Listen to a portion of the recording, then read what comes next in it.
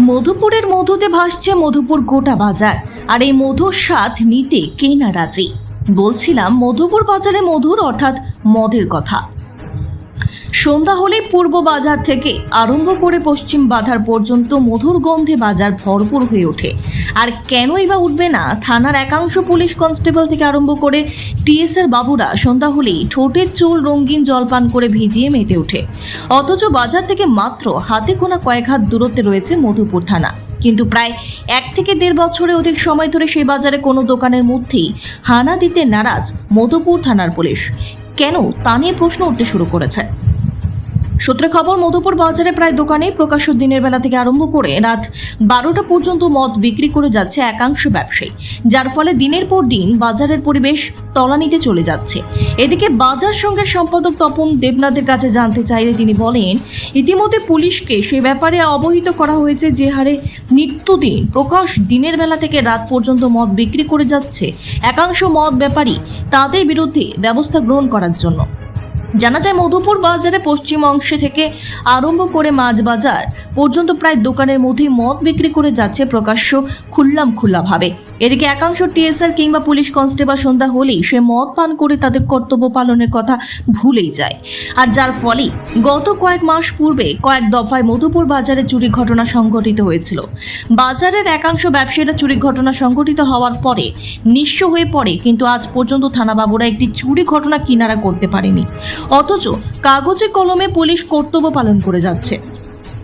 এদিকে সূত্রে খবর, সন্ধ্যার পর থেকে একাংশ পুলিশ কনস্টেবল থেকে আরম্ভ করে টিএসআর বিভিন্ন জায়গায় লুকিয়ে মদ পান করে যাচ্ছে।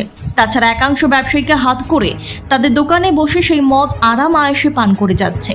পরবর্তী সময় তাদের কর্তব্যের কথা ভুলে গিয়ে ঘুমিয়ে পড়ে, যার ফলে চোরের দল সক্রিয় হয়ে ওঠে এবং অবৈধ পাচার বাণিজ্য কয়েক গুণ বেড়ে যাচ্ছে। তবে মধুপুর থানার পুলিশ কেন গত 1.5 বছর যাবৎ মধুপুর বাজারে একাংশ ব্যবসায়ীরা মদ ব্যাপারী দোকানে হানা দিচ্ছে না, তা নিয়ে প্রশ্ন উঠছে। সূত্রে খবর, পুলিশ মাসোয়ারা পেয়ে নাকি দোকানে হানা দিতে নারাজ। অন্যদিকে আরেকটি সূত্র বলছে, একাংশ পুলিশের কাছে সন্ধ্যা হলেই দামি দামি বিভিন্ন ব্র্যান্ডের মদ তাদের রুমে চলে যাচ্ছে, যার ফলে পুলিশ মধুপুর বাজারে হানা দিতে নারাজ। যেখানে রাজ্যের মুখ্যমন্ত্রী নেশামুক্ত সমাজ গঠন করার লক্ষ্যে এগিয়ে চলেছে, অন্যদিকে একাংশ পুলিশ অফিসার কিংবা চুনোপুটি বকুলের তলায় নেতাদের দৌলতে দিনের পর দিন মধুপুর বাজারে পরিবেশ নষ্ট হতে চলেছে। তবে যাই বলুক, মধুপুর বাজারে মধু যে অনেক স্বাদ তা কিন্তু আবারও প্রমাণিত। বিভিন্ন থানা থেকে পুলিশ কনস্টেবল কিংবা টিএসআর এসে সেই মদ পান করে দিশেহারা হয়ে পড়ে, আর সেখান থেকে যদি অন্যত্র বদলি হতে হয় তাহলে শেষ পর্যন্ত কান্নায় চোখ ভিজিয়ে সেখান থেকে যেতে হচ্ছে। অন্যদিকে একাংশ মদ বিক্রেতা কিছু চুনোপুটি নেতার হাত ধরে প্রকাশ্যের দোকানের মধ্যে মদ বিক্রি করে যাচ্ছে। যতটুকু খবর, শেষ পর্যন্ত জেলা পুলিশ সুপার ইতিমধ্যেই মধুপুর থানার পুলিশকে নির্দেশ দিয়েছে অতি দ্রুত মধুপুর বাজারের দোকানের মধ্যে মদ বিক্রি করা ব্যবসায়ী এবং যে সকল টিএসআর এবং পুলিশ তার সাথে জড়িত রয়েছে কিংবা প্রকাশ্যে মদ পান করছে তাদের বিরুদ্ধে দ্রুত ব্যবস্থা গ্রহণ করার।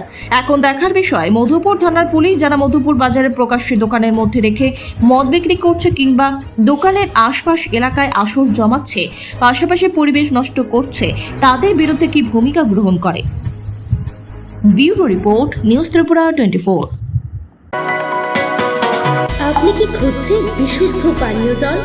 তাহলে আজই বেছে নিতে হবে অত্যাধুনিক প্রযুক্তি ও পরীক্ষা নিরীক্ষার মাধ্যমে প্রস্তুতকারী পানীয় জল একমি।